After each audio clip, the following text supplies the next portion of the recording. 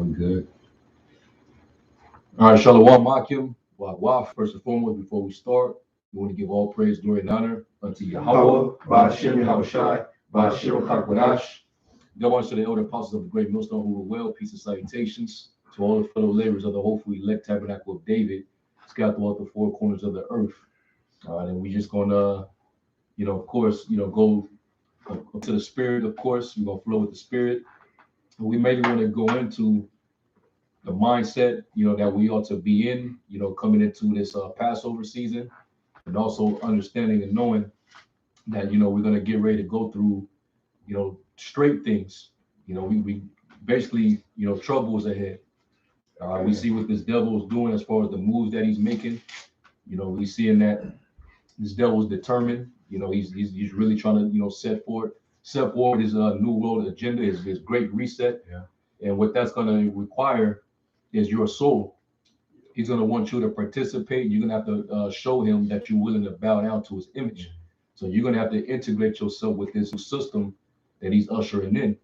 And that's going to take major faith to operate, in this society without actually prostrating yourself, spiritually, and integrating yourself with this man's system. So we're going to have to, basically step out on faith. Mm-hmm. So, leading to the scripture in Second Ezra, the 7th chapter, we must, suffer the straight things, but hope for the wide. And what is the wide? The kingdom. The scriptures talk about, we have no continuing city, but there's one to come. We're seeking one to come, man. That's the kingdom, where the Lord's going to deliver us out of this hellhole, destroy this man's empire instead of the kingdom of heaven. That's what we're hoping in. But before we get to that, our faith is going to be challenged. We got to go through these times of trouble. All right. I got a script real quick. Open up. This is Acts, the 14th chapter, the 22nd verse, confirming the souls of the disciples and exhorting them to continue in the faith, and that we must through much tribulation enter into the kingdom of the Most High. There it is. And that's an exhortation. And notice how the spirit of exhortation has been going forth. The elder apostles been exhorting brothers, different other head brothers been, giving out exhortation. Because we're in that time, man. Give me Hebrews 10 and 25, if I'm not mistaken. We should be getting as much exhortation as possible, because we're preparing ourselves. Yeah. I got it. Yep. It's Hebrews 10 and 5. It says, wherefore, when he cometh into the world, he saith, sacrifice and offering that would. So where are you at? You said Hebrews 10 and 5? 25. So Yeah. It's Hebrews 10 and 25. It reads, not forsaking the assembly of ourselves together, as the manner of some is, but exhorting one another, and so much the more as ye see the day approaching. There it is. Much more knowing that day is approaching. We're getting ready to face a time of trouble. Yeah. And we're gonna know when we're in that time, because there's not gonna be no comfort zones. No. Right. No. Jake is still comfortable right now. You still got your running water. You still got electricity. You still got your food. You still got your bread and circuses. So we really ain't suffered, within that time of trouble. Yeah. Now we're in the beginning of sorrows when we're seeing, certain major things happen in the earth. We're seeing, the signs of heaven. We're seeing, nation rise up against nation, wars or rumors of wars. We're seeing these things happen, and we're seeing the results of those things happening. That's getting ready to lead to that time of trouble. It's like a ripple effect. It's a ripple effect, man. The supply chain, being sabotaged. Them blocking imports from imports and exports and exports. A lot of sanctions, getting thrown around, and that's going to affect everybody, man. And those sanctions have a long-term effect. Mm-hmm. You think the sanctions ain't a big deal right now? It's not. But 6, 3, 6, 9, 12 months down the line, those sanctions going to take effect. They're going to take a hit. You know, and no one's thinking about the things that are to come. They're thinking about now. You know, you gotta be on your watch, you Israelites. That's right. You know, you can't just be thinking that everything is good. It's always gonna be like this. It's not. It's clearly not. Daniel chapter 12, verse 1.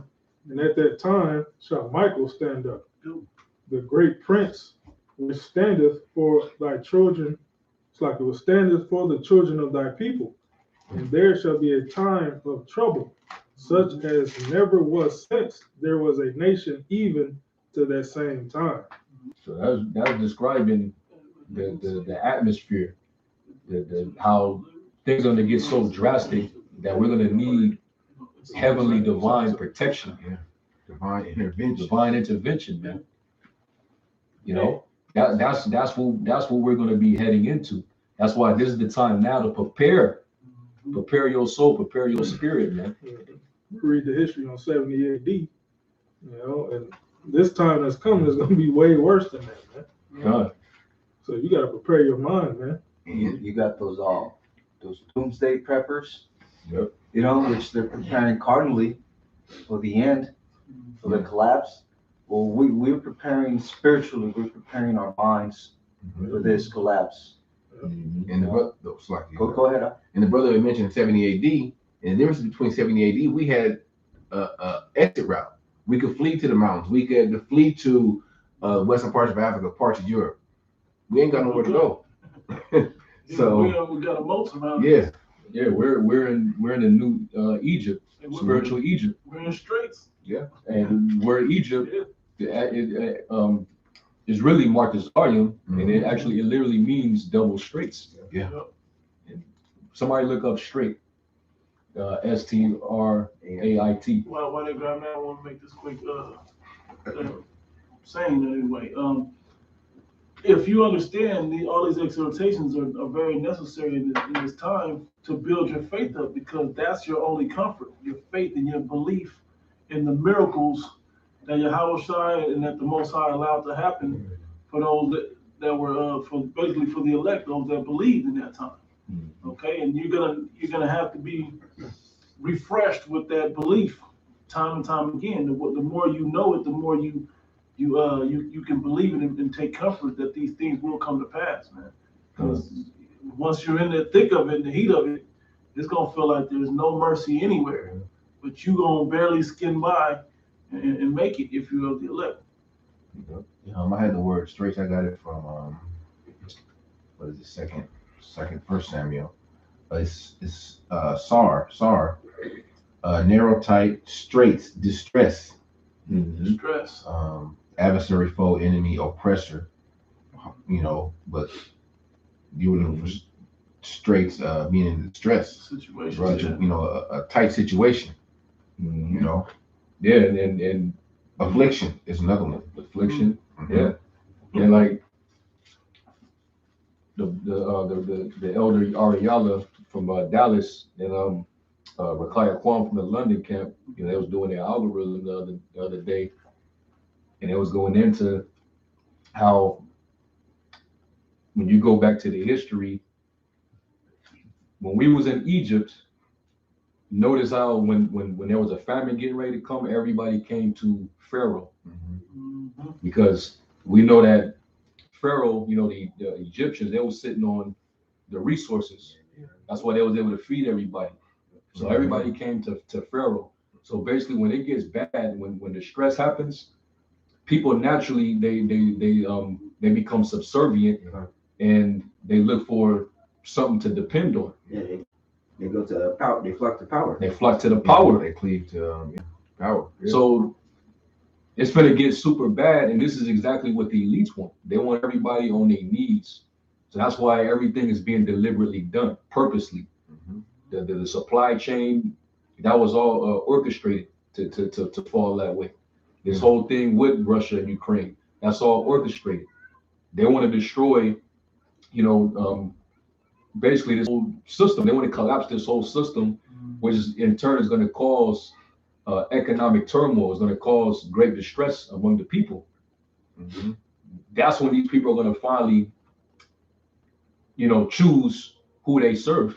Right. That's why we always go into scriptures like, woe to him that go down to Egypt for help. Yeah. Remember when we left out of Egypt, ancient Egypt,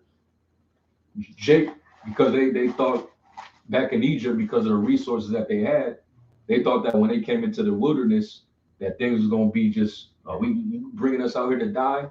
Yeah. Well, at least back in Egypt, we had the leeks and the garlics and the onions. Basically, they wanted to go back. So guess what? We're gonna get tested again.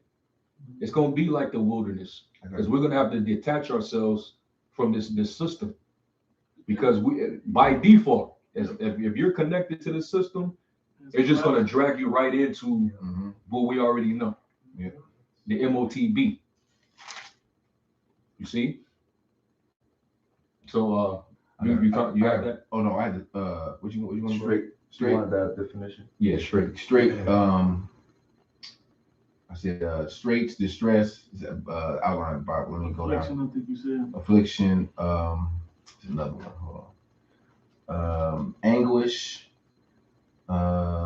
Close, distress, adversary, afflicted, affliction. Yep. An opponent. Let me see. A tight place. Narrow, a tight place. Usually figuratively, i.e., trouble. Okay. Also this is also a pebble, but it's not talking. We're also talking about that.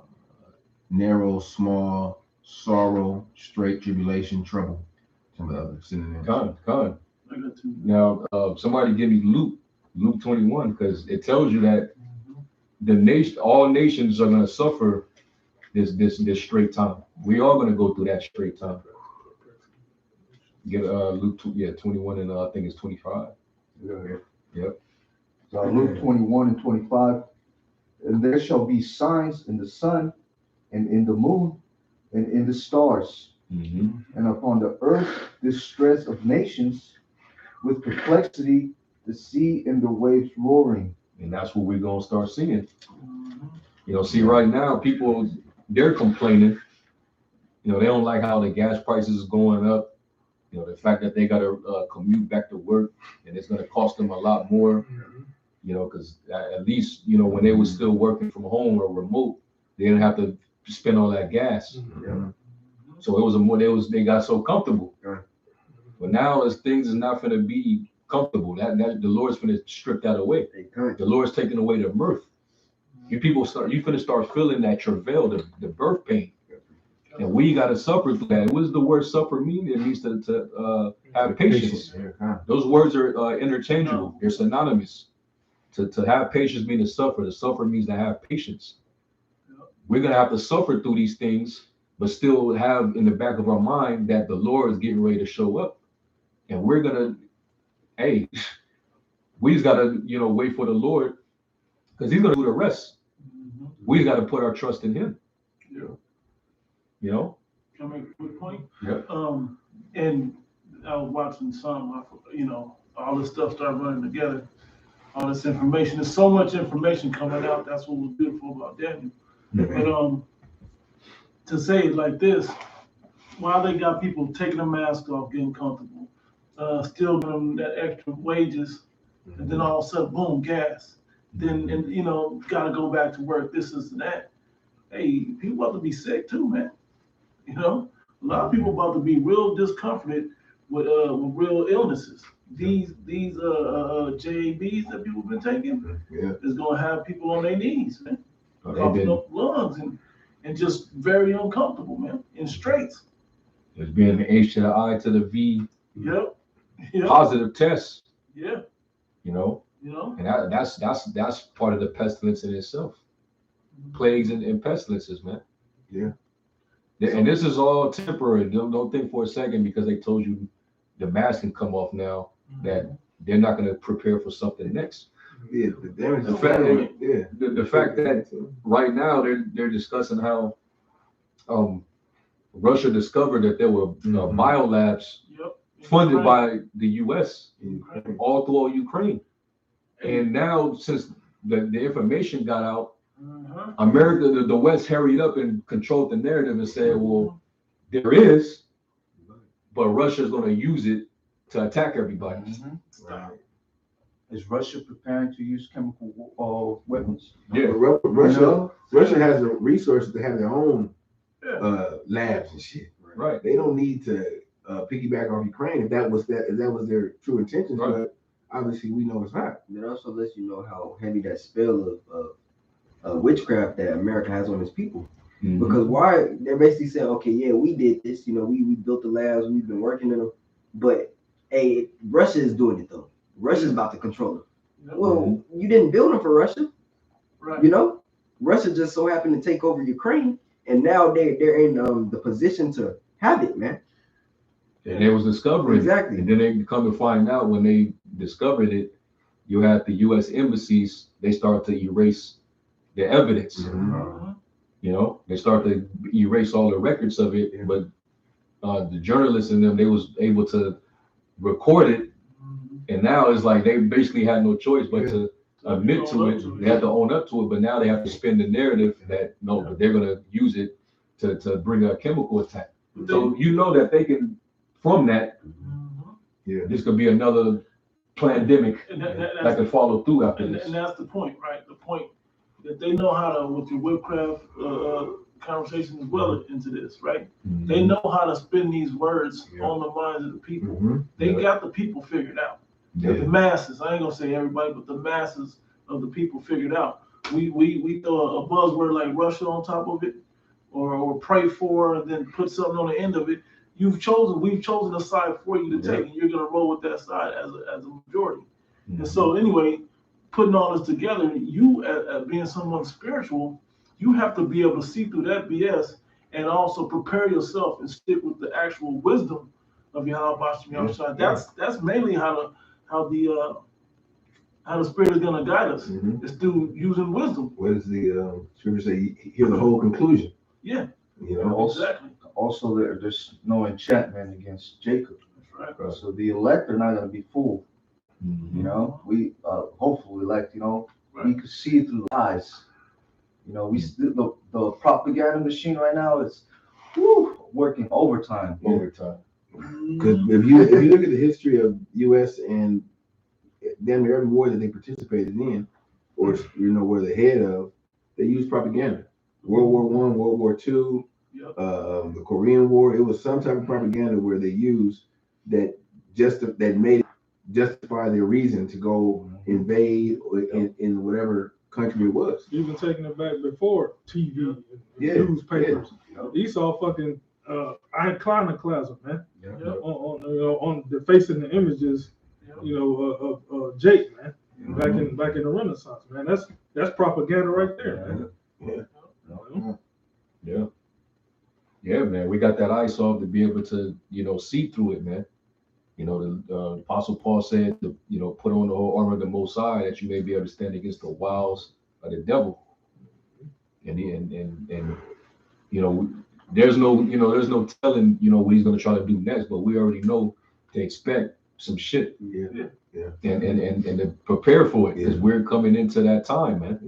We said we know to prepare, but we know that Esau, really the Most High, is turned up one notch higher. So, you have to be prepared that much more.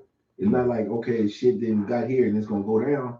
Hey, the plagues is sent, and the scripture said, "Who is he that may turn them back?" So the plagues of war, rumors of war, pestilence, famine, all those have come, and they're not going away. They're only going to heighten the closer and closer we get to the end. So that's what the brother was saying. You have to be ready. You have to be ready for the next step. We're preparing ourselves right now for that next step. Like, oh shit, Esau's, bread is $20, milk is this much. We got to prepare for that. And also, you should be joyous, man. Seeing this man go down, man.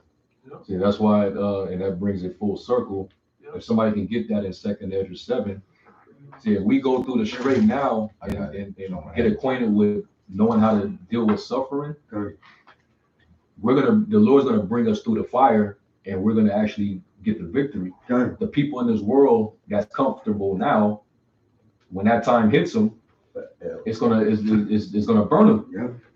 They're gonna fold or faint in the day of adversity, because they spend so much of their time being used to this comfort zone. The 5 wise and the 5 foolish virgins. Yeah. If somebody can start up on that chapter though. Go ahead. Yeah, get 2 Ezra 7 first. No. That's what I'm talking about. So like the 3rd verse and 4th verse, right? One of the things too is when we go into that Ecclesiastes 7, and it tells us it's better to go to the house of mourning than to the house of feasting. And that's a spiritual mindset as well, man, because it's preparing you for what? For the harshness to come. The scriptures say a lamentation more than woe. That's death, destruction, and more death, man. And what spirit was we in when we was in Egypt getting ready to go out? What spirit was Israel in before the Lord sent the destroyer out to kill all the firstborn? We seeing all these plagues. We seeing the Lord do all these devastating, terrible things to the heathen. You think we was in some type of state of mirth and turning up and? So lucky, bro. I don't mean to cut you off. Let's back up further. What happened before that? When Most High first told Moses to go and to tell Pharaoh to let his people go. The plagues. No. Before that, how did that conversation go with Pharaoh? He was like, "Oh, they got all this time to be praying and shit. Nah, give them more work." Oh yeah. He put us in heavier straits in that time. And then Rigor, more heavier straits. labor with rigor. I believe it. It was that. More help. They made them go pick their own. Because the Egyptians would Straw. It was straw. They had them pick their own they straw. And he said, "And you better not slack on your they regular had a work." quota too. Yeah, a quota. So what do you think this devil's doing now? Putting us in heavier straits now. Yeah. And then so Jacob's complaining like, "Hey Moses, what's up, man? You said we were going to be delivered once we went and did this. Yeah. Once we prayed to him." And he said, "No, you're gonna be delivered, but I gotta have you. I gotta harden his heart first." And that's what the time we're in, man. We're right at that moment where Jacob's about to come into those heavy straits, which is what we're talking about. Whoever got it. Yes, start up. See what well, I had it. Yeah. Good. Well, see, you want to Start like 3. third. Yeah. 2 Ezra 7 and 3. This says. The point is in 18. Where it go? And I said, speak on my power. Then said he unto me, the sea is set in a wide place, that it might be deep and great. But put the caves, the entrance were narrow and like a river. Now I want to say this real quick. Now you have to understand this whole process from the time of Adam and Eve until now is all set to give us that deep and wide, kingdom, if you will. Okay, that's set in a great place. But we have to go through this narrow life of knowing death and the whole messed up process of learning, okay, to get to it. All right, and it's not a fun process, And it's just, the more we're disobedient, the more hell we keep bringing upon ourselves. Yeah, it's almost like the journey that the Lord is leading us through is to apply pressure to us to make us even more purified, battle tested people. Right. Pure, coming into the kingdom with fullness, basically to be complete, of full stature. You've been tested, you've been purified. We got to go through these things. You've been tried, which is all synonymous. The Lord didn't put the fire to us. Yeah. It tells you that in Corinthians that he's gonna put fire to us to see of what sort is gonna be. Talking about your faith. So we're gonna go through that straight and narrow passage, that journey. Okay. Go ahead. Verse 5. Who then can go into the sea to look upon it and to rule it? If he went not through the narrow, how could he come into the broad? There is also another thing. That means we gotta earn our way. That you said it. I wasn't gonna say it, but you said it. We gotta earn our way, man. This whole life, from the time of Adam and Eve and the serpent until now, was us earning the eternity in the power and the glory of being in the kingdom of heaven as Israelites. It says go through the narrow to earn the broad, or is it what is it to receive? Go. Who then could go into the sea to look upon it and to rule it? If he went not through the narrow, how could he come into the broad? And the broad is the kingdom. Yep. And you got to go to that narrow, that straight gate. That's the tribulation. That's the what is it called? Persecution. Yep. All of that. You know. Yeah, that's the process of becoming gods, man. Yeah. Right. Knowing good and evil. Yeah. Mm-hmm. Yeah, so we don't become wicked gods. Mm-hmm. Can't judge nothing. We had to die. Yep. We had to keep dying and coming back. Yeah. And just gaining that experience and going through that process. You know, if you was a prophet, you had to come back and keep prophesying to Israel, Mm-hmm. get persecuted, get put to death. You know, and it's been a journey. And you think about it, so like you think about your life, everything that you've gone through, everything that you know, even before the kingdom, is preparing you. Actually, even before you came into the truth, is preparing you for that moment, that hour of temptation. You being tried, you know, because I think about a lot of stuff that I went through in you know my personal life before the truth, and it actually prepared me to be in the truth. Yeah. You know, like for example, like I didn't never think I'd be up there talking, Mhm. reading, and here I, you know, is you know, but these things, each brother has their own walk, but each brother has, you know, things that they go through that the Most High put them through to build them up to that moment. Same thing with his people. Yep. You got it. Verse 6. There is also another thing. A city is builded and set upon a broad field and is full of all good things. King of heaven. Yeah, the Lord said he go to prepare a place for you. You know, and he said that over 2,000 years ago. Mm-hmm. So it's decked out now. He's looking it up. He went to go prepare a place for us, man. So it's definitely sitting ready on a wide place, man, full of good things. You know, we got dwellings, man. We got abodes. Okay, we got everlasting life coming, but we got to go through the process first. All right, Esau, with all this shit that he's developing, his mind is small. Yeah. You know, This technology, all this shit is whack. this shit is gonna pass away in one day. All the shit he's developing and worked so hard to put together all these years, that shit is gonna come to naught real quick.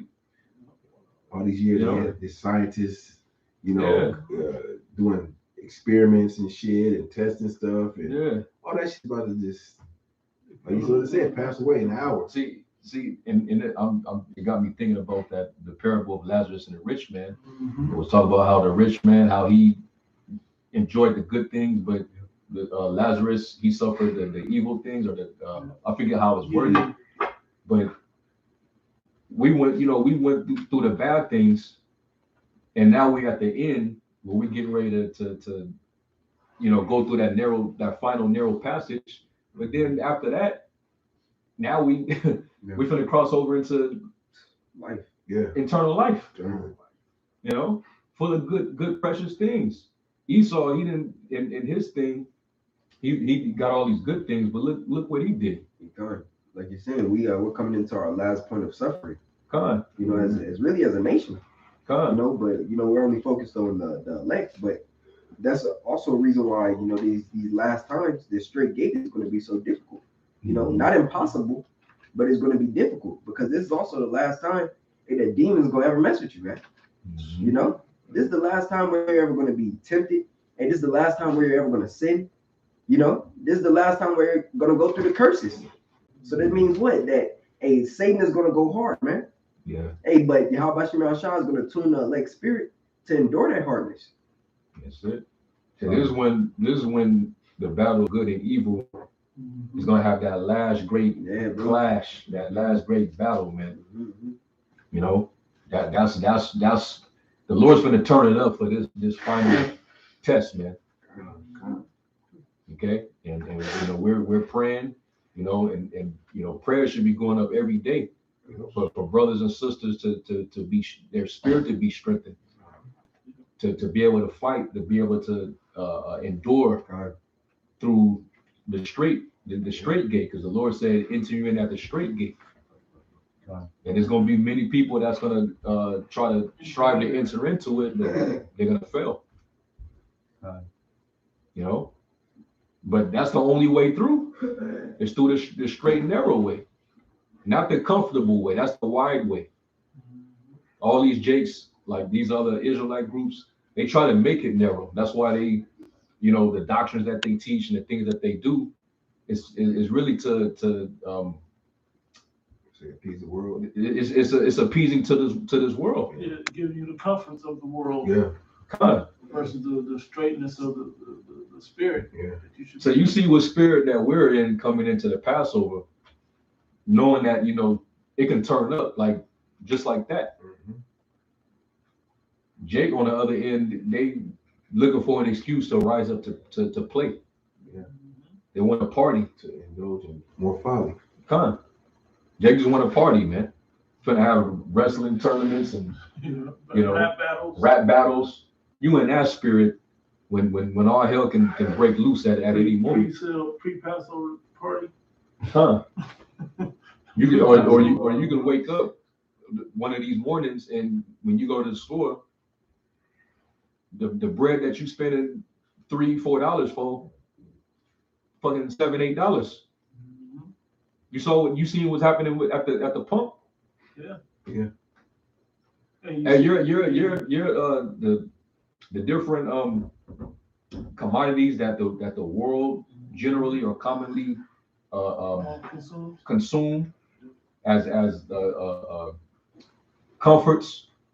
That shit is getting ready to be scarce. Milk, bread, rice, grains. Your grains, your wheat. Yeah. That's being affected by what's happening right now. Right. So what are you going to do when the Lord takes away that comfort zone? You can't bake your little macaroni. You know what I'm saying? Make your little spaghetti. You know what I'm saying? Chicken Alfredo. That's when the Isaiah 24 takes place. Con, man. The Lord's he's finna take that away because the Lord he's finna take away that mirth. We're in that time, man. We're in that time. All right. Let's finish up on it. Verse 7, the entrance thereof is narrow and is set in a dangerous place to fall. And that's why it says in 1 Peter 4 that the righteous shall scarcely be saved. The Lord is making the entrance so narrow that you can fall short of entering into that rest. The Lord spoke about it in parables. You falling upon stony ground or the thorns. Whether you go through the temptations or the tribulation, and it puts so much pressure on you to where you just give in and you denounce Yahushua, you denounce the Most High, you turn back into the world and pretty much say, all right, you got it. You know, you get the MOTB. Now you got your little digital currency hooked up to you with your digital identity. Now you got access to all these different services now, you know, and it's evident. We see where it's headed. It's becoming more and more centralized, man. If you've been comfortable and you ain't really been getting yourself your mind right, this shit's gonna take you like a thief in the night, man. Yeah, it's gonna get you. That's why it says, set thy heart aright and constantly endure and make not haste in the time of trouble. Because that trouble is coming. Can I get one right quick? Yes. Yeah, let me start up at this is Hebrews chapter 4. I'm gonna start with verse 9. It says and we should also hit Hebrews the 3rd chapter 2. Because it talks about that spirit of unbelief. Right. This is where it's leading to for what I'm about to read. And it compares it to the mind frame and the infidelity that Jake had when they were in the wilderness. The Lord had them wandering around in the wilderness to try all of them. This is which we And got. it was all melted. Yep. It was melting off. Yep. You know, the Lord's going to put us through that same scenario. We're gonna see who's of the sort. Huh. You know. Let me hit this, and then we can hop back into that. But he still got a lot more on there. Yeah. This is Hebrews chapter 4. I'm gonna start at verse 8. It says, "For if Yahushua had given them rest, then would he not afterward have spoken of another day? There remaineth therefore a rest to the people of the Most High." Okay, it says, "For he that is entered into his rest, he also has ceased from his own works, as the Most High did from his. Let us labor," this is the point, "let us labor therefore to enter into that rest." Right. Yes. Right. That's hinge on that for like the elder apostle. You know, he had recently did a video, and it was pretty much exhortation to all the great millstone.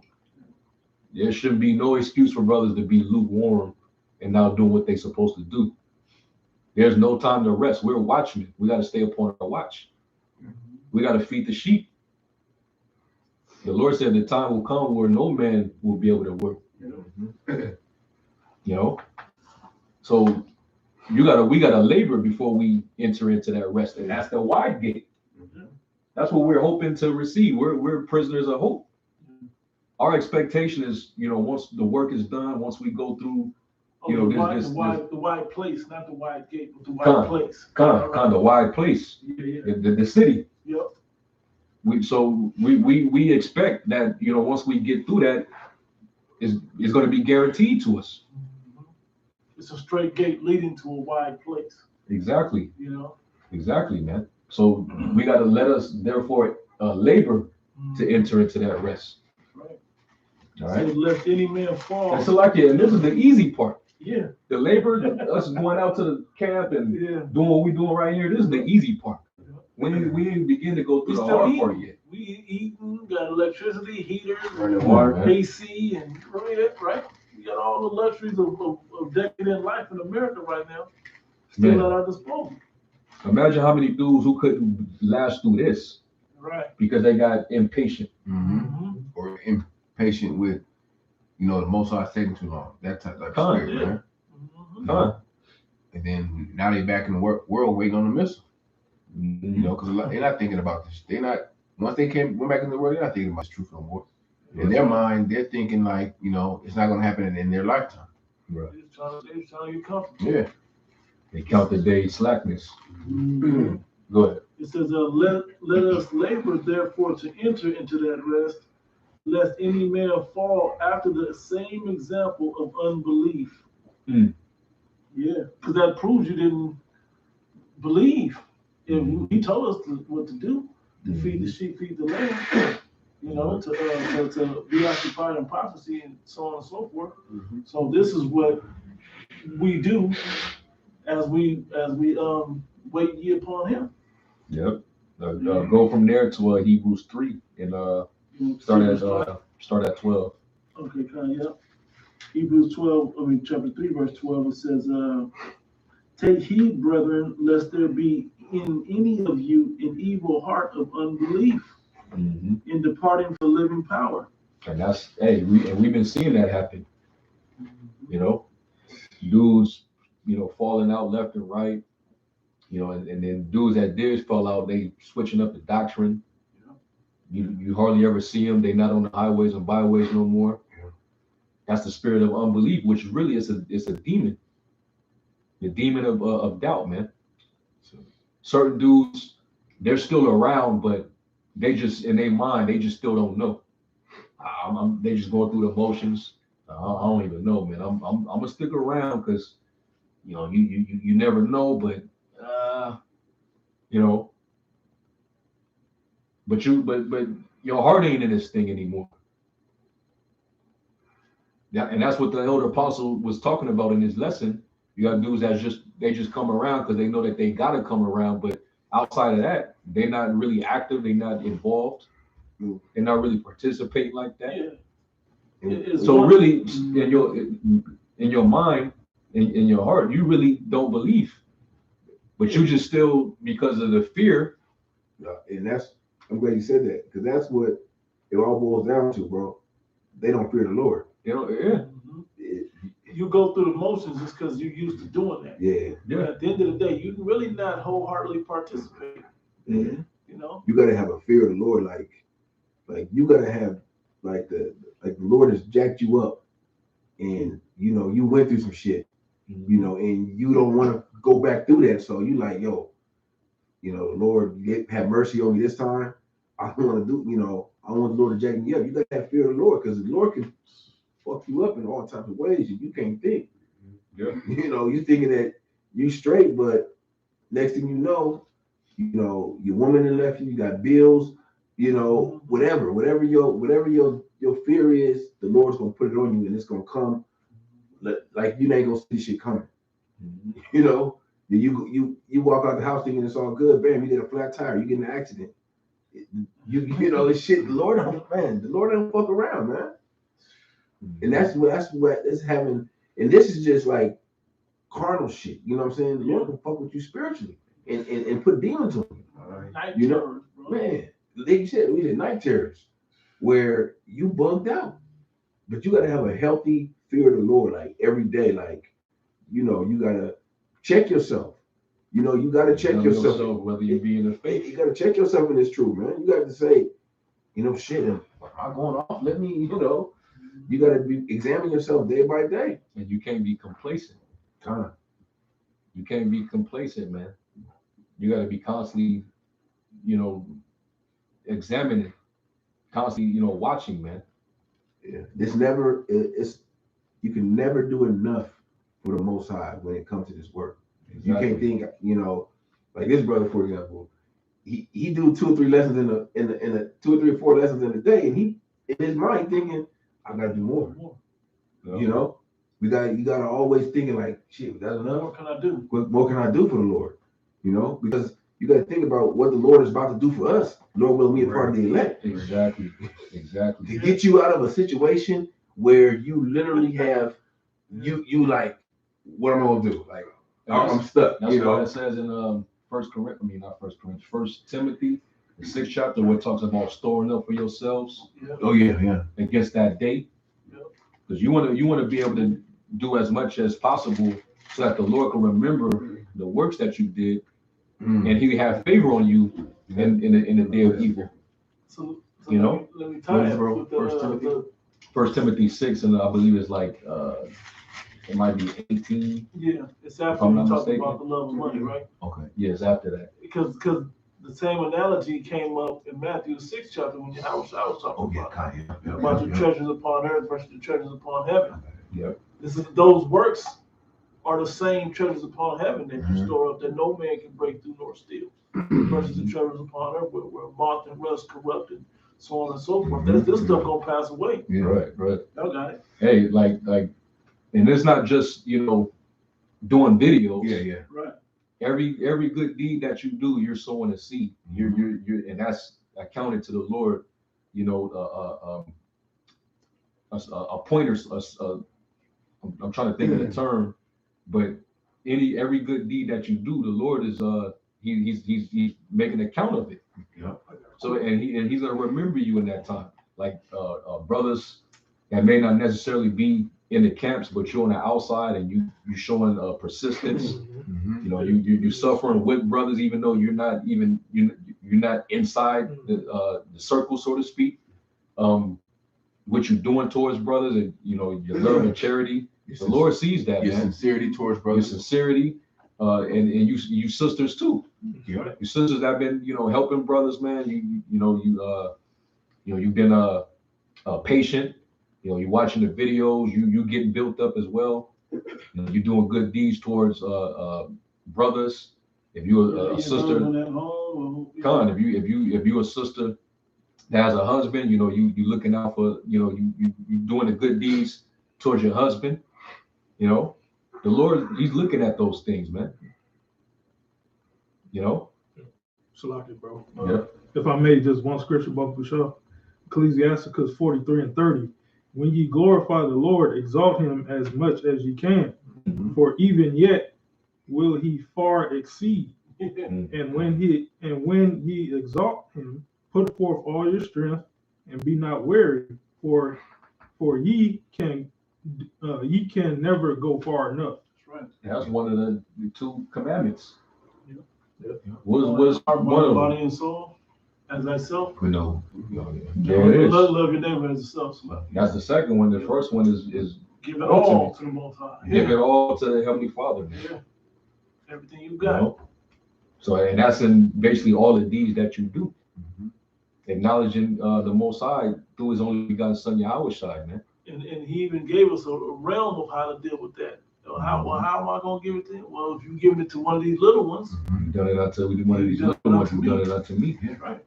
Yeah, man. And you can read examples of that all throughout the scriptures. Like even in the time of Acts, you know, there was a time when there was a famine that was getting ready to hit.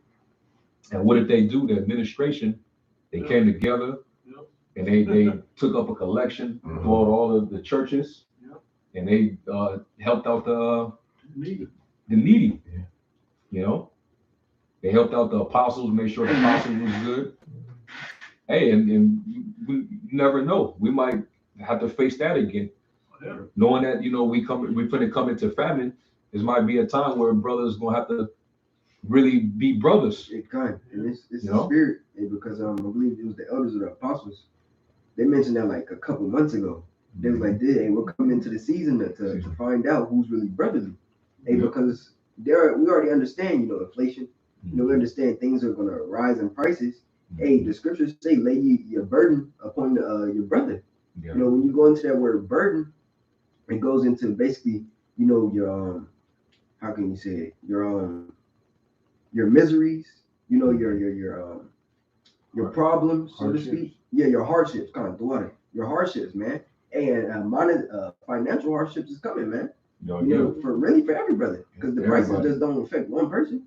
Right. You know, that goes along with the food. We understand shortages, scarcities. So we're already used to not eating gluttonously. You know, but still we're gonna have to depend upon one another for really everything. You know, and Yahweh Shai said it himself. You remember we were talking about it, and he said, "How can you say you love me, whom you do not see?" It's like when you cannot basically, when you cannot love your brother whom you are seeing. You know, it's the same thing, man. And the Lord he's gonna basically be proving his men throughout this whole process. And do you really believe? And are you really showing charity? And even in your time of distress, you know, understanding that it's not about selfishness, but selflessness. Yeah.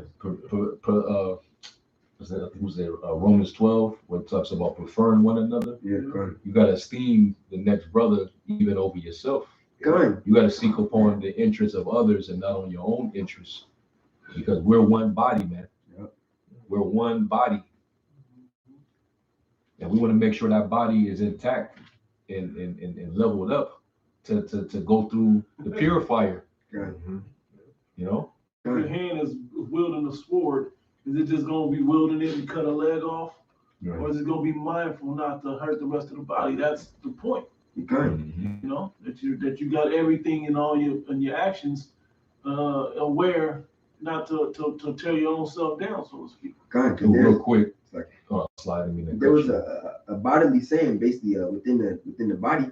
We say, hey, what would you do if Yahweh Shai was in that position? You know, exactly. You know, because every brother's supposed to be treated as they're of the elect, man. Yeah. You know. Yeah. This is 1 John 3:16. It says, "Hereby perceive we the love of the Most High, because He laid down His life for us, and we ought to lay down our lives for the brethren. But whoso have this world's good," meaning you got it like that, "and see if his brother have need, and shut up his bowels of compassion from him, how dwelleth the love of the Most High in him?" Like we was talking about the other day with the Passover, if the next house, if the land be too big for your house, share with the neighbors. Yeah, because they don't have enough. Exactly. Hey, the Most High made enough for everybody. If everybody moving it around like as it should. Hey, well, that goes back to the example of the I can't think of their names at the moment. It's the same thing. They helped the person, man, because they had enough so that it was supposed to be distributed amongst the body. Yep. Hey, really, it was the plan of Yahweh Shai for that money to be distributed, and they held it back, man. And everybody, it said, The plan was everybody kick in, no matter how much or how little, give everything in, and then everybody's gonna divide it up, and it's gonna be even for everybody. Good. And also, speaking along this is also a time for brothers to not be ashamed, man. Yeah. Hey, we are all men. We're all men. We understand we're all going through it at different levels. Yeah. Hey, if you need help, hey, say it, man. Yeah. Because hey, you're not in Right. the scriptures say, hey, though we're soldiers, man. Hey, and we're all fighting to enter into that kingdom. We're all striving to enter through that gate. Hey, but the body is here for a purpose. Yahweh Shem Shai made sure that brothers are of different lives, different statuses, so to speak, in every camp, man. If you can't handle it, hey, speak up, man. Yeah. It's okay. Speak up, come. Okay. It's for a reason. Bro. Communicate. It's a necessity, man. You can make your hell harder because of what you're not speaking on, man. That's it. That saying, a closed mouth don't get fed. Gun. Yeah. That's it. We're suffering together. Though we're fighting, every man is striving by itself, to enter. Hey, every man has to work out his own salvation. That don't mean you're not fighting with your brother, man. And we spoke about it at the stream. Yeah. Yahweh Shai, when he was tempted, when he went to the Garden of Gethsemane, he brought men with him. He brought his brothers with him. Now we understand they went to sleep, because it was on Yahweh Shai to endure, that temptation and to go through that. But they were still there. That's right. It was a comfort, man. Yeah. God, there's going to be a time where we're all individually going to be tested. Our individual selves are going to be tested. Yeah. But as of right now, we still have each other. We can do this as a team. That's it. Yeah, one more verse.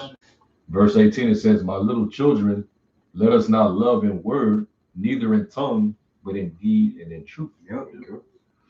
Yeah, Deed and in truth. Deeds is actions, man. The scriptures say, "Be not only hearers of the words, but doers." A part of this ministry, like we say, preaching is just a specific part. Going on the highways and hedges, it's a necessity. Don't get it wrong. It's a necessity that we preach, that we do our lessons throughout the week. But that's a small part of the walk, man. You gotta live this, and it's not just you living your life solo. It's a fellowship. It's showing charity. Scripture says charity cover a multitude of sins. Right. Every brother isn't in the same position to help the same. Some brother may have way more time on his hands, and with his time, he goes he may go around, link with brothers, do lessons. One brother may have a little bit more funds. He may be able to pay for whatever is needed at that specific moment. The scriptures say there are many offices, man. Romans 12, 1 Corinthians 12. Ain't nothing wrong with a hype man, bro. An evangelist, somebody that just keeps everybody locked in the spirit, hyped up, keeping us in a rejoiceful spirit. With our faith of what time we're coming into, instead of that old humdrum, woe is me. Mustache hair is significant unto a man, man. That's a significant part of the body, because it's what is keeping out those the micro basically what you call them? The stuff that go into your nose, man. It's keeping that out. It's keeping lint. It's keeping certain dirt and particles. That's the word. It's keeping particles out, man. I got to pre up. You want to add it? They all hold us on. And we're gonna go back into Hebrews 3. Okay. Read it? Okay. 1 Peter 4:7. But the end of all things is at hand. Be ye therefore sober and watch unto prayer. Above all things, have fervent charity among yourselves, for charity shall cover the multitude of sins. Yep. Did we ever get that in 1 Timothy? No, I got it right here. 1 Timothy 6:18. That they do good. Starts at like 17. Charge them that are rich in this world, that they be not high-minded, nor trust in uncertain riches. Especially in these times. Definitely. This money ain't worth shit any damn way. Yeah. And if you got money right now, why not do good with it? Exactly. Why not, like Yahweh Shai said, sell all this, do all, basically sacrifice and come and follow me. Kind. You know what I mean? A part of the work as well is being observant amongst your body, man. Because every brother's not a vocal brother, even though we all preach and prophesy, every brother's not a vocal brother. Sometimes you can see when something is wrong with a brother, man. And you just go to him personally, man. And don't make a big scene about it, you know, because that's between you and that brother. But help the way you can help. You know, the scriptures say iron sharpeneth iron. Hey, well, that's part of the armor. You need the sword. Yeah. You know, doing that to a brother, he may do the same thing to another brother. You know, exactly. and you know, okay.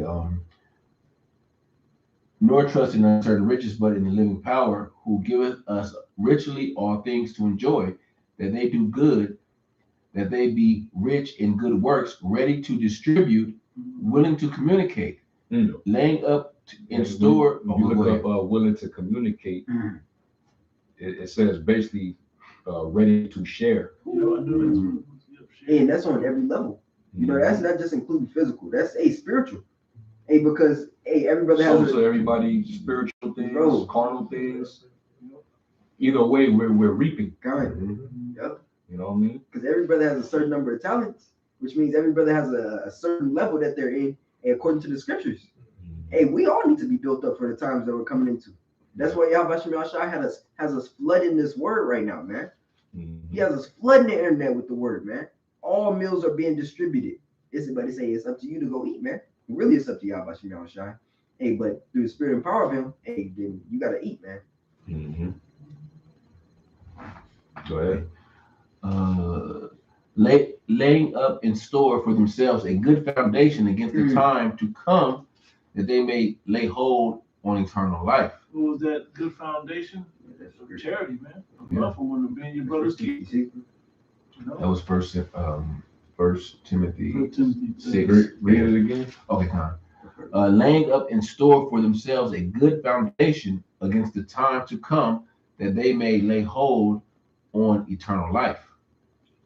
Look up that word laying in store. The Greek word is Strong's G597. Apatesarizo. Apatesarizo. Yeah, I wasn't even gonna mess around. I wasn't gonna try to pronounce that. It says in the definition, it says to put away, to lay by in store, to treasure away, to store up abundance for future use. Correct. Yeah. I have that word foundation. This foundation, G2310, that's Themelios. It says laid down as a foundation, building wall city, a stronghold, right? Foundations, beginning, the first principles, the institution or system of truth. It says to lay down. It also says here the rudiments, the first principles of life and knowledge. It says faith in him, which is like a foundation laid in the soul, on which is built up the fuller and richer knowledge of saving truth. And what I hear and what that's breaking down is the Most High wants us to be connected to each other in connection to him. That's the whole purpose of this. He's the foundation. He's the strength. He's the everything. The omnipotent, right? And we have to have life to be connected to.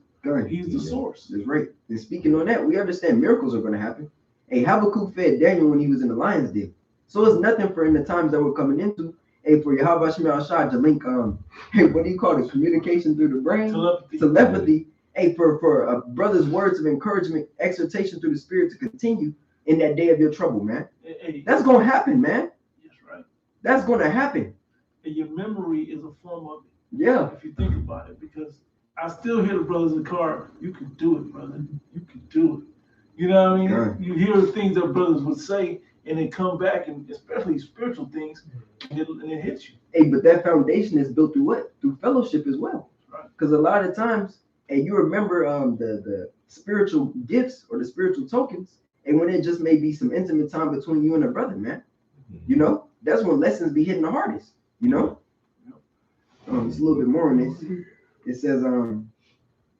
says a solid and stable spiritual possession, on which resting on as a foundation, they may strive to lay hold on eternal life.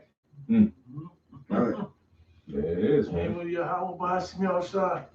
It's part of that strong foundation also, man. Yep. And a lot of you guys that ain't calling on it, man, you ain't gonna be able to be stable. Go ahead. That was it on that, right? Yep. That was it on Timothy. Mhm. We was in Hebrews. Yeah. Back in Hebrews. The third chapter, right? Yeah, Hebrews 3, and I read 12. Yeah, I was on 13 now. Yep. Yeah. So Verse 13.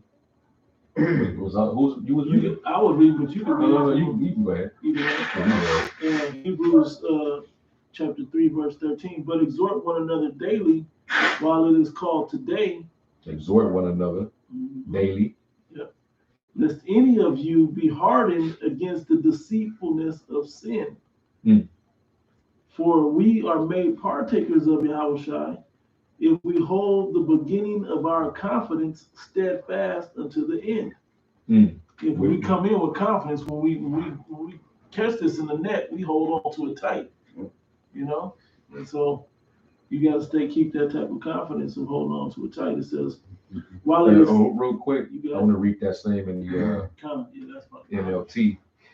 It says, "For we are faithful to the end, trusting the Most High just as firmly as when we first believed. We will share in all that belongs to Hamashiach."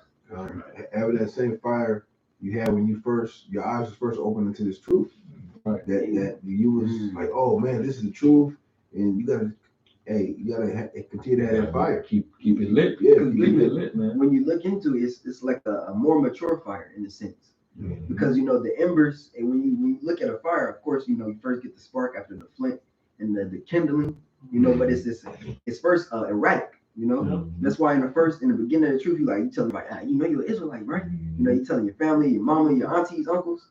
But now, having that same fire is just built with stronger material, so to speak. The fire is seeped into the wood. It's built with wisdom now. Kind. Season, yeah. It's a seasoned fire. Kind. And you is more able to control it. Exactly. You know when to trim it a little bit. Yep. You know when to turn it up. Kind. It's not when you're saying like a controlled fire. It's not easily wiped away, man. It's not. It doesn't go away by wind. Because those embers they're seeped into the deepest part of that wood. So now you could take one of those logs and create a whole new fire from it. Yep. Which is really what we're doing through the Spirit. We're taking the fire and distributing it amongst the body. Mm-hmm. Back in verse 15, it says, while it is said, today, if ye will hear his voice, harden not your hearts as in the provocation. Mm-hmm. And what is that going into? That's going into when we was in the wilderness. Oh, yeah. You know what I'm saying? And when we came into the wilderness, that's when, because we went through the hell. Yeah. But then they didn't know that a test came at the end of that hill. Right. They was like, okay, that's it. You know what I mean? Oh man. Yeah. This is really starting on you. But this was a test for them to show their obedience to the Heavenly Father. You see? So it says, don't harden your hearts as in the days of provocation, man. Don't get all disgruntled and frustrated. Now you're murmuring and complaining, and in your mind you just you having doubts. You just don't know. You're going through the motions, man. The Lord, he sees the most secret parts of man. Yeah, nothing hid from him. Nothing is hid from him, man. He knows if you're going through the motions or not, man. We got to come into this thing with full assurance. All right, go ahead. It says, verse 16 now says, for some, when they had heard, did provoke, howbeit not all that came out of Egypt by Moses. They didn't all come out. Just like in this Egypt, we know that two-thirds are not coming out. Mm-hmm. Only the elect are going to come out. That's a small remnant compared to the rest of the nation. What was it? I'm trying to think how many souls came out of Egypt when we left. I just read it. Because we went in 70 souls, but we left out like tens of thousands. Yeah. Joshua and Caleb? Yeah. Them too. Mm-hmm. Yeah, exactly. I don't know. And that's the thing, like dealing with how only two of them was able to come out. Enter into the Caleb, it tells you that he had a different spirit about him than everybody else. I don't know if I can. I want to say it's in Numbers. It talks about he had another spirit. Yeah, I think that's where it's at. I think it's in Numbers. See if I can look it up real quick. Because really, Caleb is pretty much like our example. Yeah. Numbers 14. Somebody can find it. Numbers 14 and 24. yeah 24. Start at 21. Start at 20, and then the point is at 24. In Numbers 14 and verse 20, and the Lord said, I have pardoned according to my word, but as truly as I live, all the earth shall be filled with the glory of the Lord, because all those men which have seen my glory and my miracles which I did in Egypt and in the wilderness have tempted me now these 10 times, and have not hearkened to my voice. Surely Jake was seeing all these miracles, all these great supernatural things the Lord was doing. And even after that experience, Jake still was irritating the Most High. Still complaining. Still had doubt. Yeah. So hey, we even gonna see things on this side. And brothers still gonna have doubt. And dudes are still gonna be on that bullshit. Right. The Exodus, the ancient Exodus was heavy when you look at how it's gonna mirror the sentiment of people's minds today.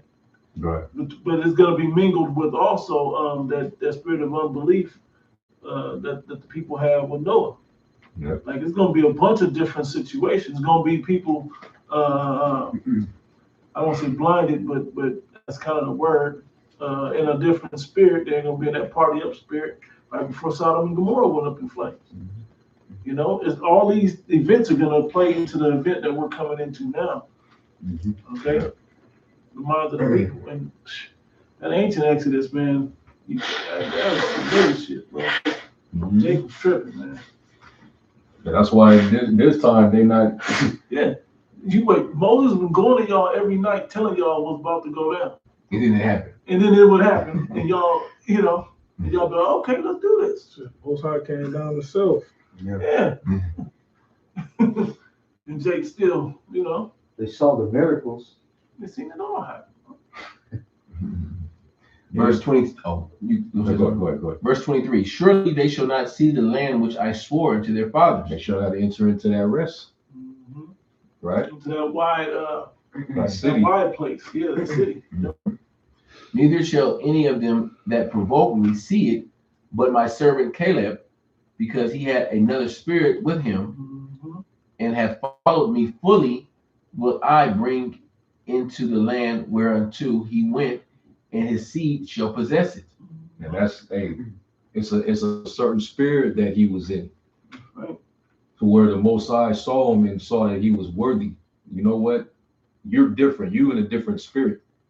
He was very heroic. He was very bold. He was courageous, and his heart was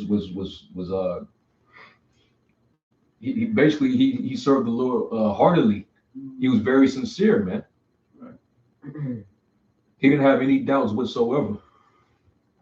So the Lord basically chose him right alongside Joshua. So it's a spirit that the Lord is looking for.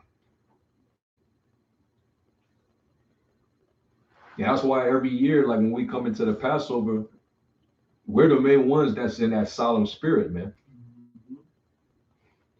Yeah, we don't broadcast. We tell you, okay, the Passover is coming up beside. Yeah. But we're not broadcasting it on social media. We're not making Go to the flyers and 222 it's Passover. Pre-party. oh man, this is serious business. Yeah. Then you have to approach it. This truth is serious business, but the Passover is a high holy day. That's a serious time. The scriptures No? specifically tell you not to drink and eat of that lamb unworthily. And Jake opens up the Passat into the public. Yeah, niggas making rap videos boasting about the lamb and the bitter herb, and you know what I'm saying? Like you got like literally niggas that's making like rap videos, bro, about the Passover. I saw one today, bro. Bro, Bad. I Really bad. one of the brothers sent one to me. I was like, oh my goodness, Jake has no fucking fear. Jake has no fear at all, man. And you in that spirit, you definitely ain't making it through, man. You definitely ain't making it through. Repent quick.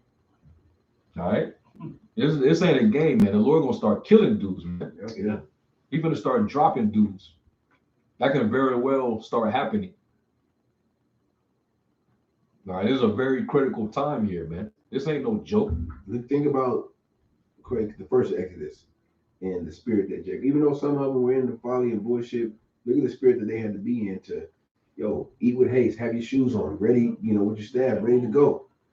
And we fast forward, look at Yahweh Shai's Passover.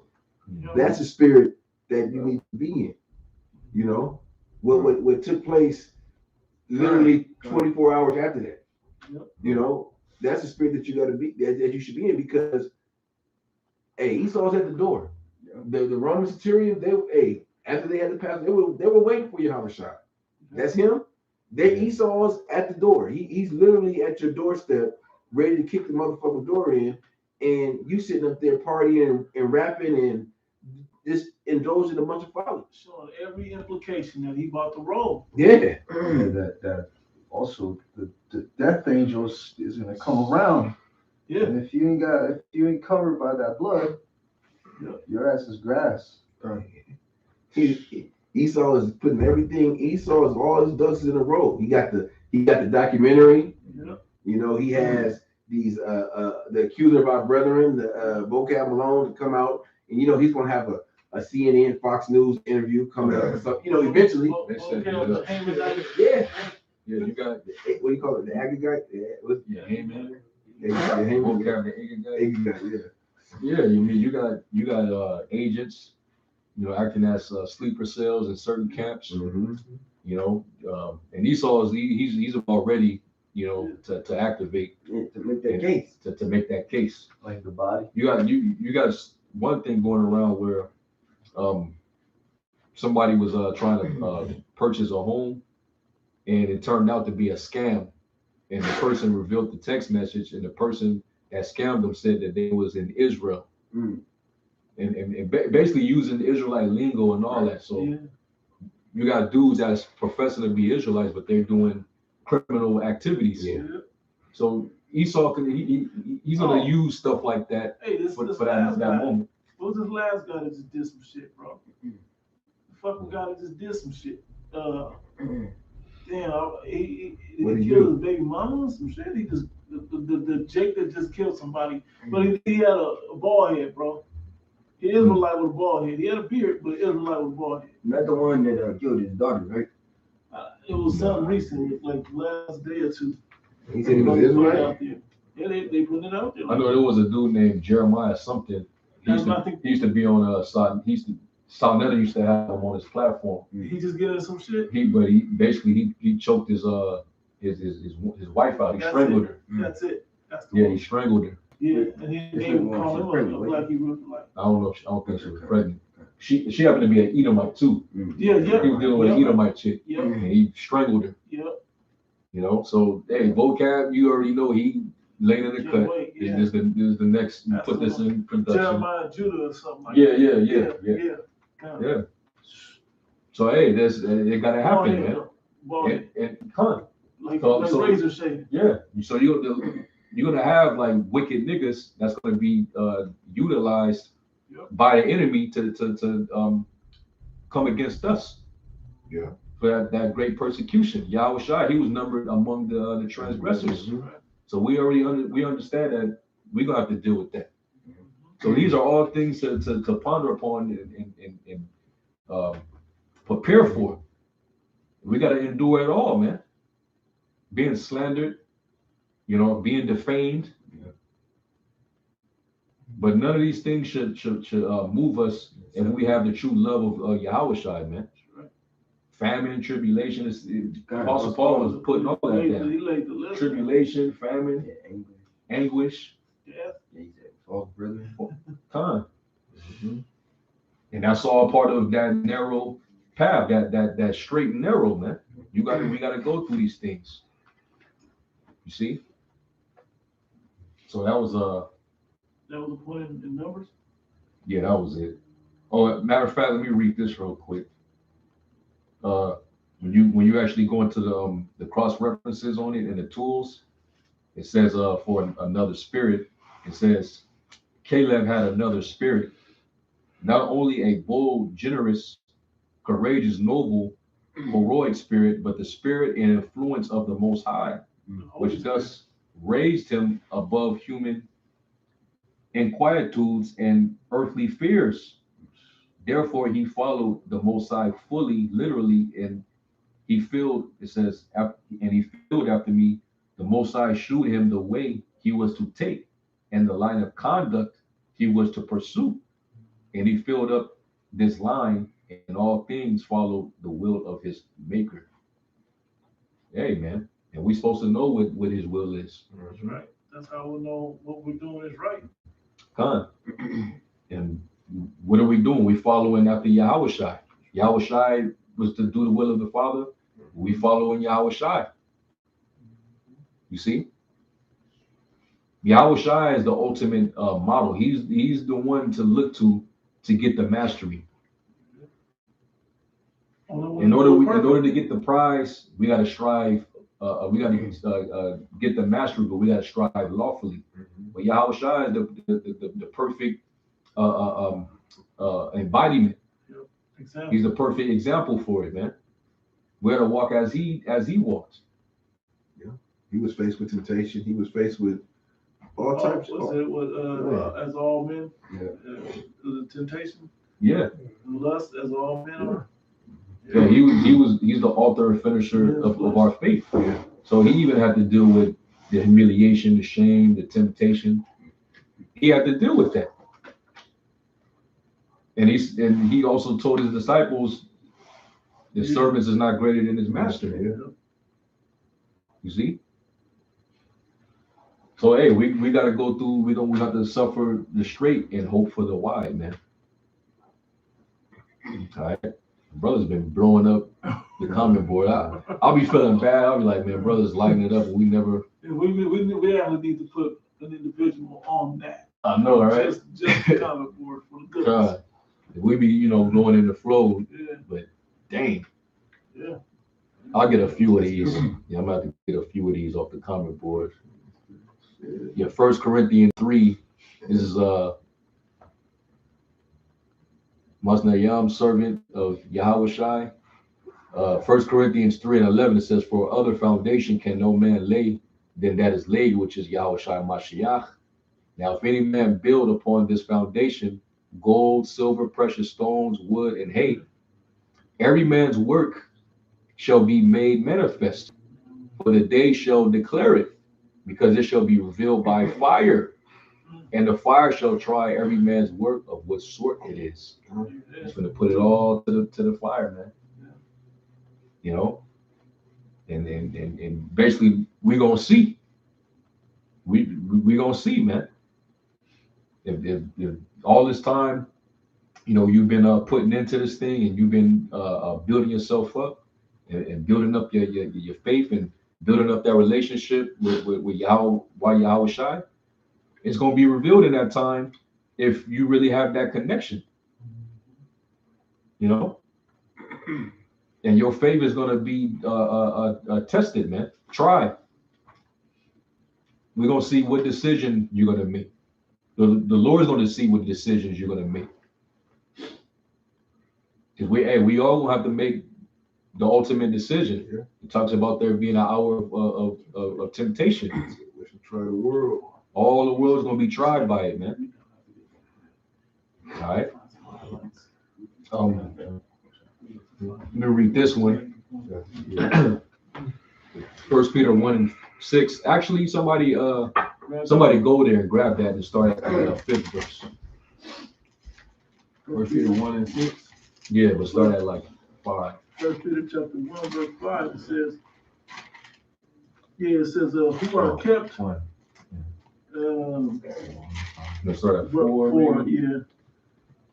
3. Blessed be the power and Father of our Lord Yahushua Mashiach, which according to his abundant mercy has begotten us again into a lively hope by the resurrection of Yahushua Mashiach from the dead. Hey, that's the one thing we all were raised, taught to believe, that you gotta die one day, right?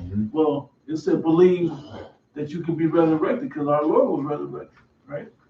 That's a miracle. It says, to an inheritance incorruptible and undefiled, and that fadeth not away, reserved in heaven for you, who are kept by the power of the Most High through faith unto salvation. Who are kept by the power. Basically, you're going to be, the Lord's going to have guard over you. Yeah. And your faith is what's going to determine how the Lord's, because basically, we always bring out the example of how Peter, when he stepped out on the water off the boat with Yahushua, it was his faith that ultimately led him to be able to do it, to perform that miracle of walking on water. So in the same sense, we getting ready to go through the hell. It's going to be famine, hyperinflation. This devil's getting ready to try to put us in digital bondage. He's going to make it hard as hell for us to even live. Especially if we're not opting to bow down to his image. We're going to have to step out on faith. Yeah. The just shall live by faith. The just shall live by faith. So the Lord's going to do some miraculous things for us, man. The Lord's going to do some special shit that you're going to be surprised by, but you believe in it because of your faith. That's the point. The Lord wants you to lean on him, depend on him when you're in these straits. He don't want you to depend on yourself, your own knowledge, Esau, all right, your woman. He wants you to depend and put your trust in him, right? That's why he put brothers, sisters in certain situations. Let me see what you're going to do. Okay, you going to call on the Lord, or you going to take the L? You're going to put your faith in me, or you're going to revert back to your old tactics, which were, depending on Esau, act Egypt. What is it? Help us. What is it? Act out impulsively, or put your faith in the Lord and be cool, calm, and collect, and your patience possession your soul. Yeah, man. Hey, with the damn the cocktails, the juice. Yeah. A lot of Israelites prove that. They don't believe that the Most High is powerful enough to preserve them through those things. To make them to find a way for them to not have to take it. They was making excuses for it. And then they lifted the mandate. Yeah. The government lifted the mandate. Now all you jakes that took it, it's like you gotta feel stupid. Stupid as hell. You basically you lost. Yeah. You failed. Using the tool all that time. Now you failed your midterm. Yeah, you back at square one. You back at square one in your faith. And then we too late in this game now to build you back up to that point where you was at. Yeah. It's like you don't have that integral. Nah. Like that one dude, IUIC. Yeah, IUIC said he felt like he lost faith. What's the dude name? Kazariak? Yeah, them dudes, they just. So you already know what the initial reaction gonna be when Esau enforces the Karagma. It's gonna be this. It's gonna play out the same way. That time is gonna be way more hectic because Esau gonna have a literal gun to your shit, to your head. Hey, you better take this, and you'll be hungry. Or your head put you guillotine. Yeah.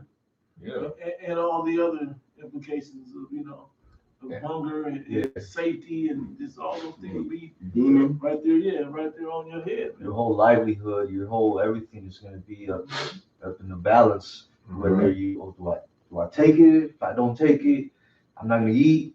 My children are going to starve. Yeah. You know, now you're going to be faced with a heavy, real heavy decision. Mm-hmm. You know. See, the Most High, what it means by I'd rather that you be hot or cold. Yeah. Cold is, hey, you basically you ain't gonna even get to the guillotine. You just gonna be like, hey, I'm on my knees, please. Give me this. That's cold. Like you Yeah. just like I don't believe in none of this Israelite stuff. That was just a phase. But hot is you ain't even taking no thought for it. No. You ain't even giving it a thought like that. It's not even in the back of your mind that you just ain't no maybe in it. Ain't no maybe. Ain't hell no. It's just hey, off of my head because I'm not doing this. Plan B is make plan A work. Yeah, come. And I always think about what Peter said. He was like, "Will you lead to whence will we go? Where we You gonna have go? the key to eternal life." And that's how we feel when you believe you're on fire. You like, hey, what else we gonna do with our life? It ain't just we ain't going through the motions. This is it. Yep. You know, until I'm in the grave. This is what I'm here for. Yeah. Yes. I mean, my purpose. I mean, and also you gonna be thinking about like, man, this fucking shit. Yeah. Why would I want to save my life for this shit? Yeah. Yeah, it's going down. This shit is about to be destroyed. Yeah. It's gonna, it's gonna be hell on earth. Mm-hmm. Everything is all fucked up. But Everything. I gotta say this, and then we get right back to it. But I gotta say this: it's because the false teachers out there not putting the full plate out there for people to taste, man. Not giving them the bitter with the sweet. You gotta give it all to the people so they understand what the hell they really risking their lives for. What they're giving their lives away to come into. Because if you play with that, you fucked up, man. You ain't gonna be prepared to throw your whole life away. Right. A lot of rapper Israelites that think they can still rap in the world. Right.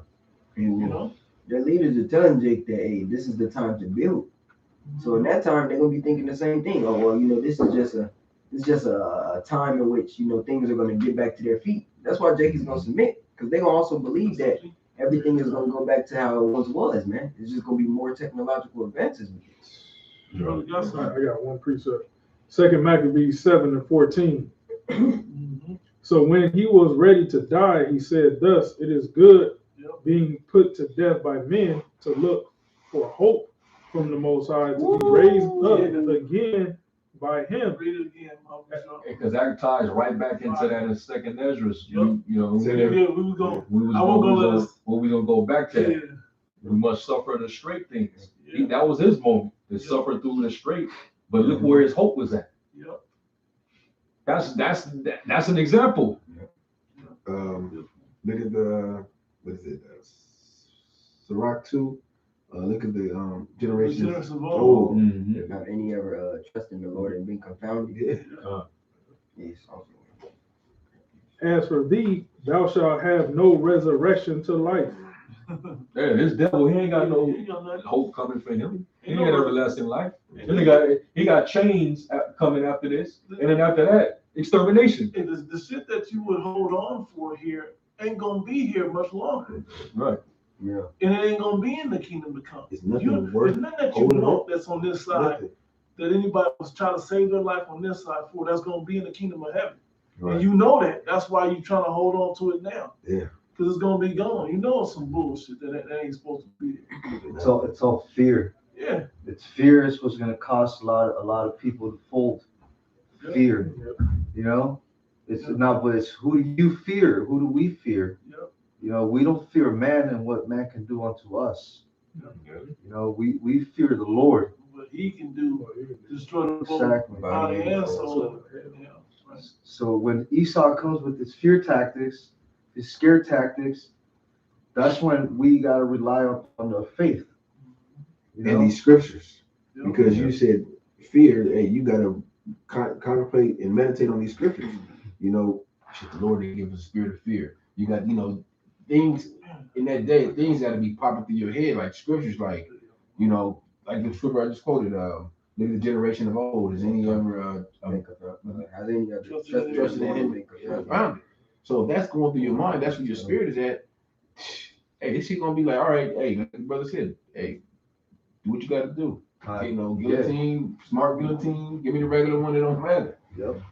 Then to try to spare yourself and basically go the punk route, but then it ain't even worth, you know, you going out that way, and it wasn't even worth it. You know, wasn't even worth it.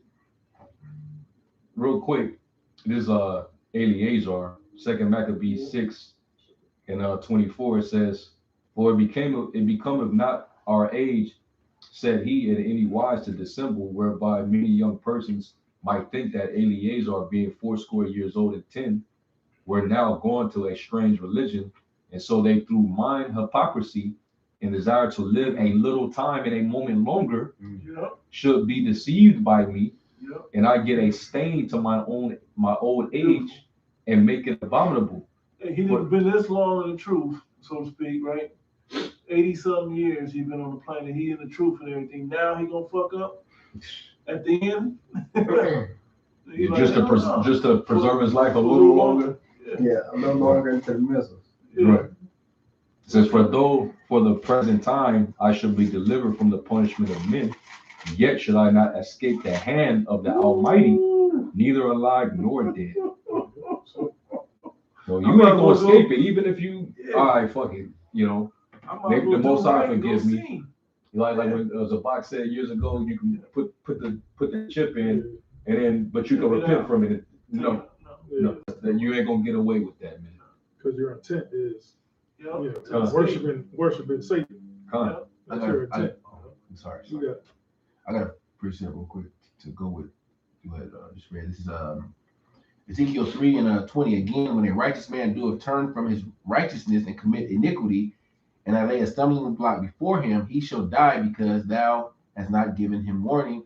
He shall die, and his sins and his righteousness which have done shall not be remembered. But his blood will I require at thy hand." Yeah.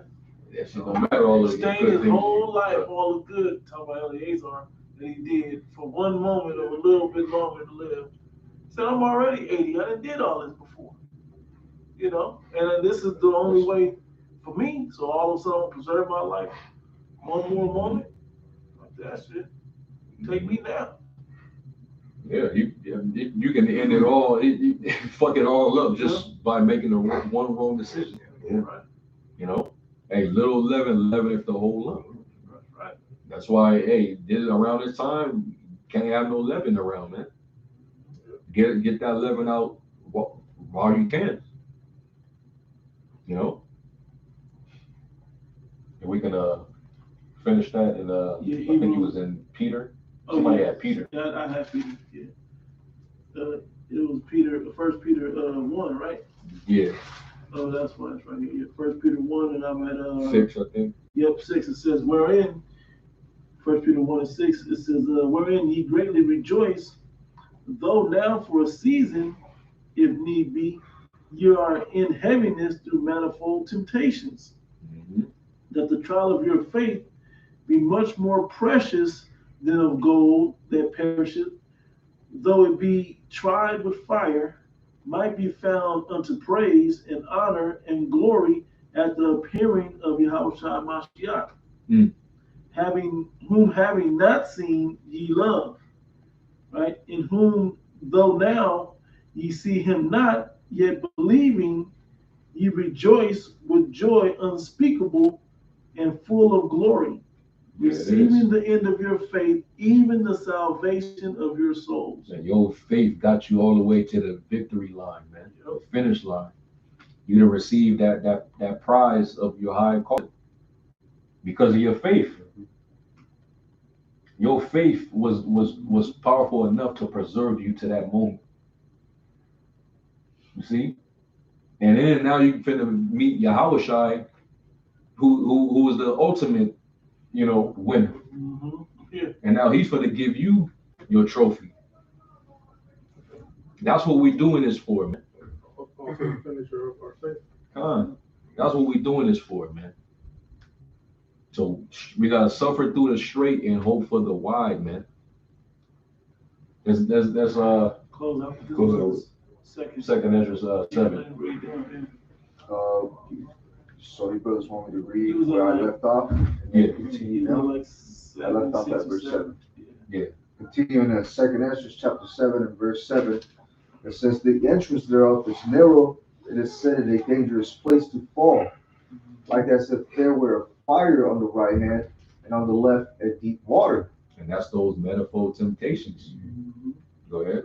And one only path between them both, even between the fire and the water, so small that there could but one man go there at once. Mm. If this city now, So narrow, that's why everybody can't make it through this thing. You know, you're dealing with spiritual wickedness in high places. You're dealing with the rulers of the darkness of this world. You're dealing with Satan's ministers, you know, false prophets, false apostles, you know, all type of shit, man. All right, but the Lord gave us the tools to be able to fight through that. He gave us what you call the Holy Spirit. Go ahead. verse 8, and one only path between them both, even between the fire and the water, so small that there could but one man go there at once. If this city now were given unto a man for an inheritance, if he never shall pass the danger set before it, how shall he receive the inheritance? This inheritance. Yeah, the danger set before this constant dying and death is at every turn. Animals trying to kill you, Esau trying to kill you, your own people. All the trials and tribulations we gotta go through to trip you up. What did it say? If you second address, I think it's the 14th chapter. Said if you that one, if you get the victory, then you'll get the thing that he said. But if you don't, if you be overcome, you know. Yeah. Yeah. You be taken, man, and this is about not being overcome by the fears of the world and sticking with that straight, enduring that straight and narrow to make it to salvation. Yeah. Yeah. And I said, it is so, Lord. Then said he unto me, even so also is Israel's portion, because for their sakes I made the world. And when Adam transgressed my statutes, then was declared that then was decreed that now is done. Mm-hmm. Then were the entrances of this world made narrow, full of sorrow and travail. Yep. Now we got to deal with death, suffering in the flesh, groaning in the flesh, pain, infirmities, curses. Yep. Yeah, man. But hey, the first Adam did that. The second Adam, he made it right. Mm-hmm. Verse 12. Then were the entrances of this world made narrow, full of sorrow and travail. Mm-hmm. They are few and evil, full of perils and very painful. Stings in the flesh. You know? For the entrances of the elder world were wide and sure, and brought immortal fruit. If then they that live labor not to enter these straight and vain things, they can never receive those that are laid up for them. Mm. Now therefore, why disquietest thou thyself, seeing thou art but a corruptible man? And why art thou moved, whereas thou art but mortal? Mm. Why hast thou not considered in thy mind this thing that is to come, rather than that which is present? Because like right now we suffering, but pretty soon the Lord's getting ready to glorify us and comfort us. We're gonna go from being corruptible to incorruptible. We're gonna go from being mortal to immortal. This is the man, like call Lord Yahbashim Yahushai, that he put us through this process so that at the end of it we can appreciate it. That's right. God. You know, we're gonna appreciate that the Lord did this for us, man. That he chose us. Yeah. Because he didn't have to. He didn't have to open your eyes. He could have, pick somebody else. Go ahead. Oh, verse 17. Then answered I and said, O Lord, that bearest rule, thou hast ordained in thy law that the righteous should inherit these things, but that the ungodly shall perish. Nevertheless, the righteous shall suffer straight things and hope for the wide. The righteous shall suffer straight things and hope for the wide, man. We're going to go through the straight. We're going to go through the path of difficulty, right? We're going to be dealing with being afflicted. Satan fucking with us, going through infirmities. Your family coming against you. Dealing with Esau. Dealing with temptations, which is basically the enticement to sin to go off. Being in these corruptible bodies, all that comes with that. You see? So we got to suffer the straight things, but what is our hope? And guess what? We're going to be saved by hope. Because that goes hand in hand with faith. I'll finish it. It says, nevertheless, the righteous shall suffer straight things and hope for the wide. For they that have done wickedly have suffered the straight things, and yet shall not see the wide. So they're going to get put through it, and they're not going to be able to see it. Okay? So they don't have hope. Yeah. The hope is so the Lord is showing you right there, man. There's going to be many more of those who perish than those that's going to be saved. Because they're going to be going through the wide gate, the broad way. That's going to lead them straight to destruction, man. So they're not going to be able to enter into that rest. You see? So, hey, it's worth it, man. Because at least, like it tells you in Corinthians, this affliction is but for a moment. But look at the glory that's going to follow. Oh, yeah, Romans 8, man. Romans 8 and 2 Corinthians 4. You know? A lot of Jake that want to be comfortable now, they want that corruptible crown. They want everything right now. They want the praise of men. Yeah. They want to sit on the chief seats. They want the fame, the popularity, the money, the material shit. They want to party all the time. Yeah, they want all the women. They want all they want a pseudo kingdom, versus the real, authentic, organic kingdom that the everlasting, the incorruptible crown. Exactly.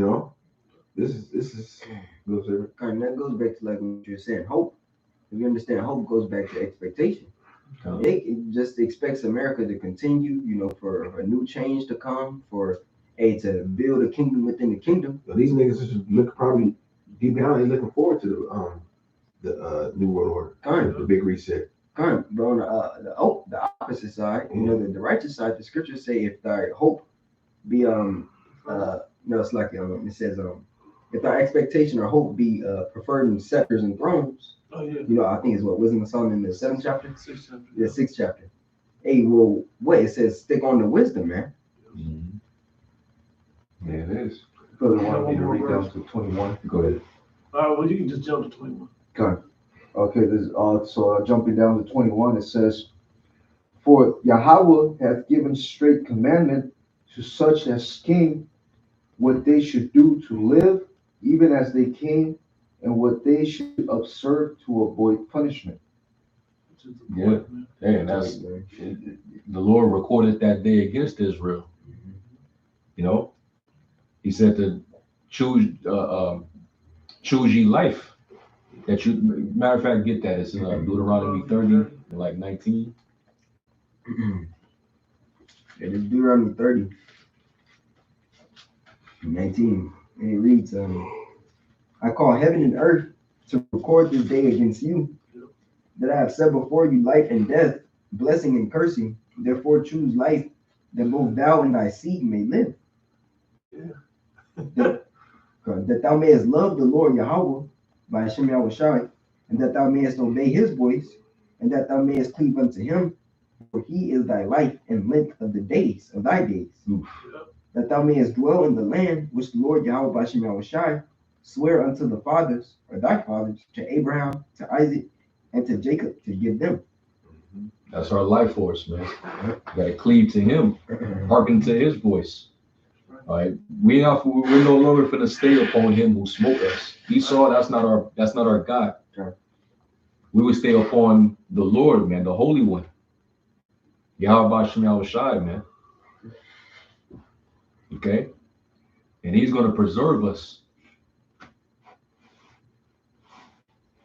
So hey, just take heed, to you sincere brothers and you few sisters as well, man.